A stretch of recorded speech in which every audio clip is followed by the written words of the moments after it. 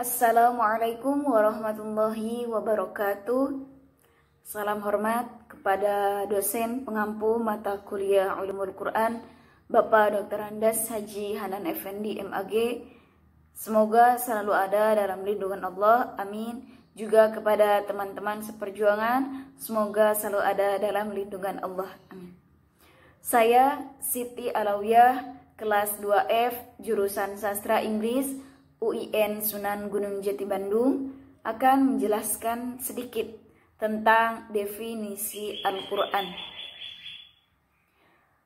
Al-Quran adalah sebuah kitab suci utama dalam agama Islam, yang umat muslim percaya bahwa kitab ini diturunkan oleh Allah Subhanahu wa Ta'ala melalui malaikat Jibril kepada Rasulullah SAW.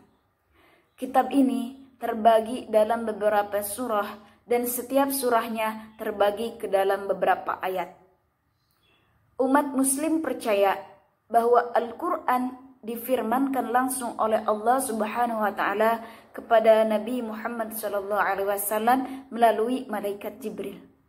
Berangsur-angsur selama 22 tahun, 2 bulan dan 22 hari, atau rata-rata selama 23 tahun. Dimulai sejak tanggal 17 Ramadan. Saat itu Nabi Muhammad berusia 40 tahun. Kisahnya diturunkan Al-Quran kurang lebih seperti ini. Pada saat itu Rasulullah SAW berusia 40 tahun. Dan beliau mempunyai kebiasaan berkhalwat. Ketika itu Rasulullah SAW sedang berkhalwat di Gua Hira. Lalu datang malaikat Jibril alaihissalam menghampiri Nabi. Lalu malaikat Jibril menyampaikan wahyu lewat surat Al-Alaq ayat 1-5. Bismillahirrahmanirrahim. Iqra bismi rabbikal ladzi khalaq. Khalaqal insana min 'alaq. Iqra wa rabbukal akram. Alladzi 'allama bil qalam. Al-ayah. Lalu malaikat Jibril memerintahkan kepada Nabi Muhammad untuk mengikutinya. Namun pada saat itu Rasulullah tidak bisa mengikuti malaikat Jibril karena pada saat itu Rasulullah ummi, artinya tidak bisa baca menulis. Lalu setelah itu Rasulullah pulang dengan keadaan badan menggigil, meriang. Lalu menghampiri istrinya Siti Khadijah. Lalu Rasulullah menceritakan apa yang terjadi. Dan Rasulullah saat itu dipeluk hangat oleh Siti Khadijah. Kurang lebih begitu ceritanya.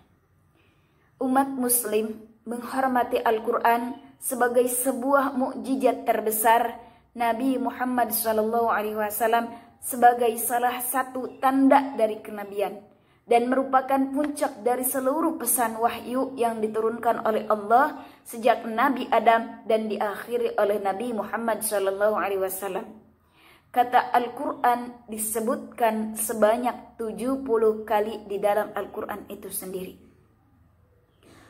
Menurut ahli sejarah, beberapa sahabat Nabi Muhammad memiliki tanggung jawab menuliskan kembali wahyu Allah berdasarkan apa yang telah para sahabat hafalkan.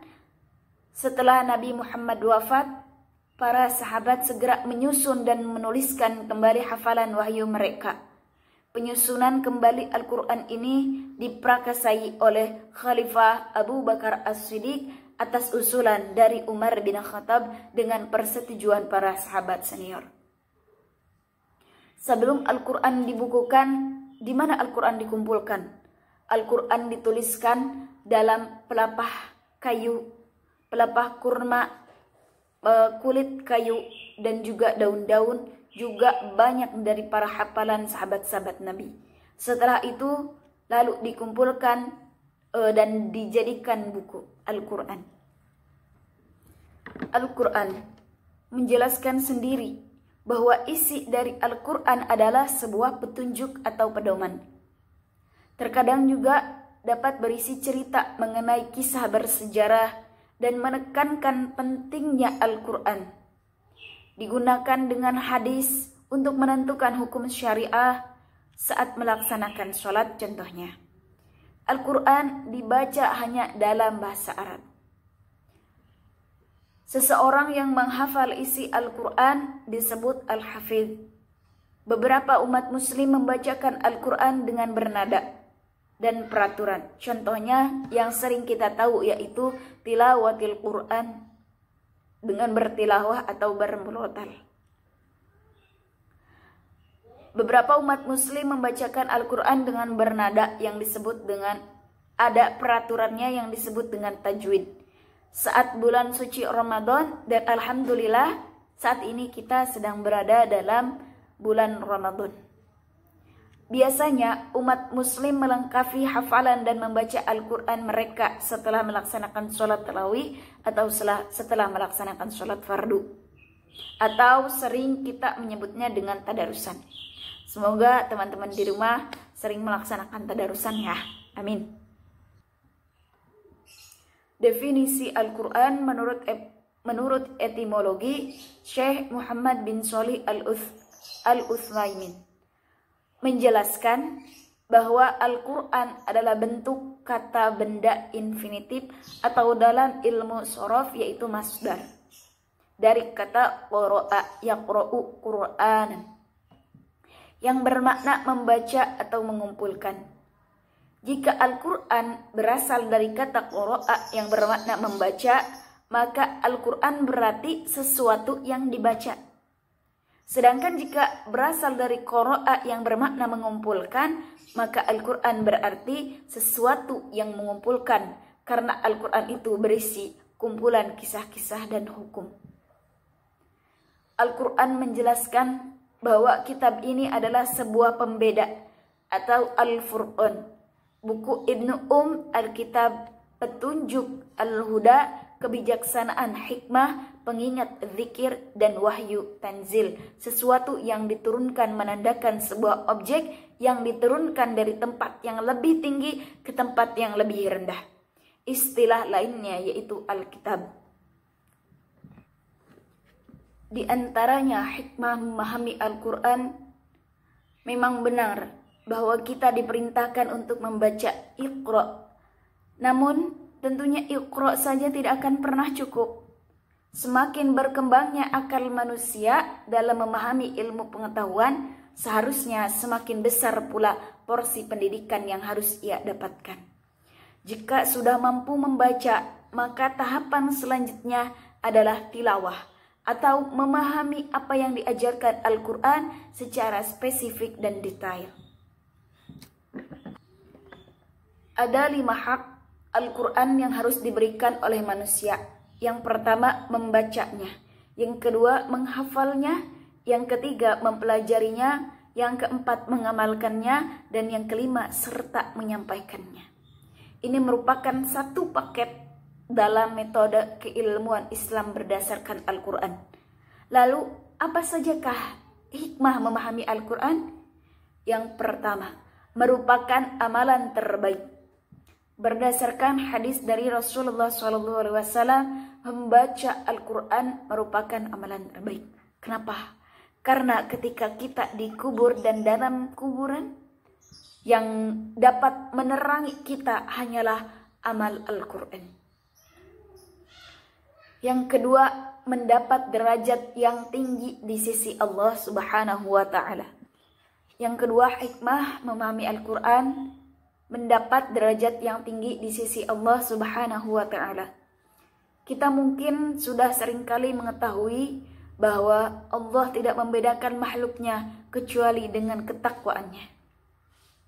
Menurut Rasulullah SAW, diriwayatkan oleh Bukhari Muslim bahwasannya malaikat yang mulia lagi taat akan membersamai orang-orang yang mahir membaca Al-Quran. Subhanallah. Maka dari itu, jika ingin mendapat derajat yang tinggi di sisi Allah, kita harus memahami dan mengkaji Al-Quran lebih dalam. Lalu yang ketiga, hikmah memahami Al-Quran itu mendapatkan ketenangan jiwa. Al-Quran menghadirkan kedamaian bagi orang-orang yang menjaganya. Pengertian Al-Quran bukan hanya secara fisik saja, namun juga batinnya. Ada sebuah hadis dari Rasulullah SAW bahwasannya malaikat Allah akan senantiasa mengiringi majelis-majelis ilmu yang dibacakan di dalamnya ayat-ayat suci Al-Quran, sehingga mereka dilimpahi sakinah dan rahmat. Yang keempat, mendapat kebaikan yang berlipat. Yang kelima, memberikan syafaat di hari kiamat nanti. Begitulah ulasan mengenai hikmah membaca Al-Quran dalam kehidupan sehari-hari. Baik teman-teman, dalam Quran surah Al-Isra ayat 106 The Night Journey disebutkan, A'udzu billahi minasyaitonir rajim. Bismillahirrahmanirrahim. Wa Qur'ana faraqnahu litaqra'ahu 'alan nasi 'ala muqtin wa nazalnahu tanzila. Definisi dari ayat ini, pengertiannya atau terjemahnya yaitu, dan Al-Quran kami turunkan berangsur-angsur agar engkau Muhammad membacakannya kepada manusia perlahan-lahan, dan kami menurunkannya secara bertahap. Lalu ada lagi dalam Quran surah Al-Qiyamah ayat 17. A'udzu billahi minasyaitonir rajim. Bismillahirrahmanirrahim. Inna 'alaina jam'ahu wa Qur'anah. Terjemahannya, sesungguhnya kami yang akan mengumpulkan di dadamu dan membacakannya. Subhanallah. The linguistic meaning the Quran menurut Imam Syafi'i, Al-Quran itu yaitu isim alam. Lalu menurut Imam Zarkasi, ketahuilah bahwa Al-Quran dalam bahasa Arab. Oleh karena itu tidak diperbolehkan untuk melafalkannya dalam bahasa lain. Teman-teman sekalian, di sini saya akan membacakan tentang nama-nama Al-Quran. Yang pertama ada Al-Furqan. Allah Subhanahu wa Ta'ala menamai Al-Quran dengan nama Al-Furqan, artinya pembeda antara yang hak dan yang batil. Ali ibnu Abbas, Ibnu Mas'ud, Ubay bin Ka'ab, Qutadah al-Syatibi membaca faraqnahu dengan mentasyid ra, maknanya kami telah menurunkannya secara berangsur-angsur, tidak dengan sekali turun. Sedangkan jumhur atau mayoritas para ulama ahli qiraat membacanya faraqnahu tanpa bertasydid, dan maknanya kami terangkan dan jelaskan maknanya, dan kami bedakan di dalamnya antara hak dengan yang batil. Dinamakan dengan Al-Furqan karena Al-Quran itu diturunkan secara berangsur-angsur, di mana Allah menurunkan Al-Quran dalam rentang waktu selama 23 tahun. Sementara kitab samawi yang lainnya diturunkan secara keseluruhan dalam satu waktu. Itulah bedanya Al-Quran dengan kitab-kitab lain. Dinamakan Al-Furqan karena Al-Quran itu diturunkan sebagai pembeda antara hak dengan yang batil. Lalu yang kedua ada Al-Burhan. Penamaan Al-Quran ini dengan Al-Burhan terdapat dalam satu ayat dalam Al-Quran, yaitu firman Allah Subhanahu wa Ta'ala yang artinya, hai manusia, sesungguhnya telah datang kepadamu bukti kebenaran dari Tuhanmu. Quran surah An-Nisa ayat 174. Ayat ini berbicara kepada setiap pemeluk agama, baik Yahudi, Nasrani, orang-orang musyrik ataupun yang lainnya, bahwa Allah Subhanahu wa Ta'ala telah menjadikan Al-Quran sebagai hujah atas mereka yang menjelaskan kebatilan keyakinan yang mereka anut berupa agama yang telah dihapus. Lalu ada lagi al-haq. Dari penamaan Al-Quran Al-Karim dengan Al-Haq terlihat jelas keagungannya dan kedudukannya yang tinggi. Manusia wajib mengimani Al-Haq ini. Alhamdulillah teman-teman, itulah tadi yang hanya bisa saya sampaikan, dan mohon maaf atas segala kekurangan. Saya tutup, billahi taufiq wal hidayah. Wassalamualaikum warahmatullahi wabarakatuh.